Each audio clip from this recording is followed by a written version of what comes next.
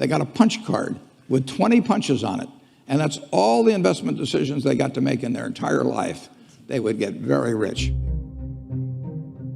I met Bill Gates on July 5th, 1991. We were out in Seattle, and Bill said, "You've got to have a computer." And I said, "Why?" And he said, "Well," he said, "you can do your income tax on it." I said, "I don't have any income. Berkshire doesn't pay a dividend." He said, "Well, you can keep track of your portfolio." And I said, "I only have one stock." I said, and he says, "It's going to change everything."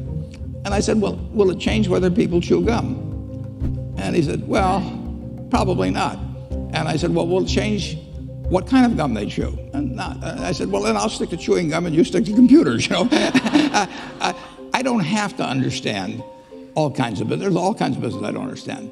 But there's thousands of opportunities there. I did understand the Bank of America, you know, and I'll be able, I'm able to do that. I'm able to understand some given percentage. But Ted Williams wrote a book called The Science of Hitting.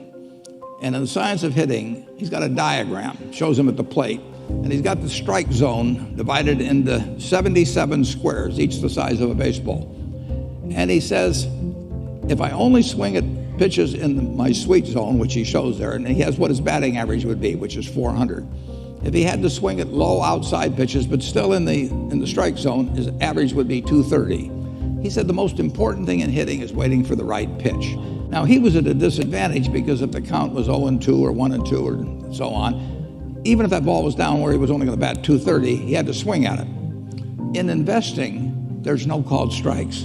People can throw Microsoft at me and, you know, you name it, any stock, General Motors, and I don't have to swing. And nobody's going to call me out on called strikes. I only get a strike called if I swing at a pitch and miss. So I can wait there and look at thousands of companies day after day, and only when I see something I understand and when I like the price at which it's selling, then if I swing, if I hit it, fine. If I miss it, it's a strike. But it's an enormously advantageous game, and it's a terrible mistake to think you have to have an opinion on everything. You only have to have an opinion on a few things. In fact, I've told students, if when they got out of school, they got a punch card with 20 punches on it, and that's all the investment decisions they got to make in their entire life, they would get very rich because they would think very hard about each one.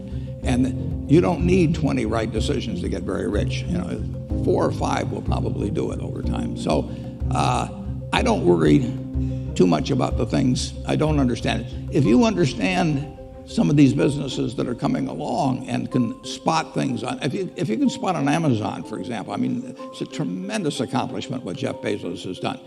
And I tip my hat to him. He's a wonderful businessman. He's a good guy too. But could I have anticipated that he would be the success and 10 others wouldn't be? I'm not good enough to do that. But fortunately, I don't have to. You know, I don't have to form an opinion on Amazon. And I did form an opinion on the Bank of America, and I formed an opinion on Coca-Cola. I mean, Coca-Cola's been around since 1886. There's 1.8 billion 8-ounce servings of Coca-Cola products sold every day. Now, if you take 1 penny and get 1 penny extra, that's $18 million a day. And 18 million times 365 is 7 billion, 3 less 730 billion, or $6,570 million. So annually, $6,570 million from 1 penny. Do you think Coca-Cola is worth a penny more than, you know, Joe's Cola? I think so. So, you know, and I've got about 127 years of history that would indicate it.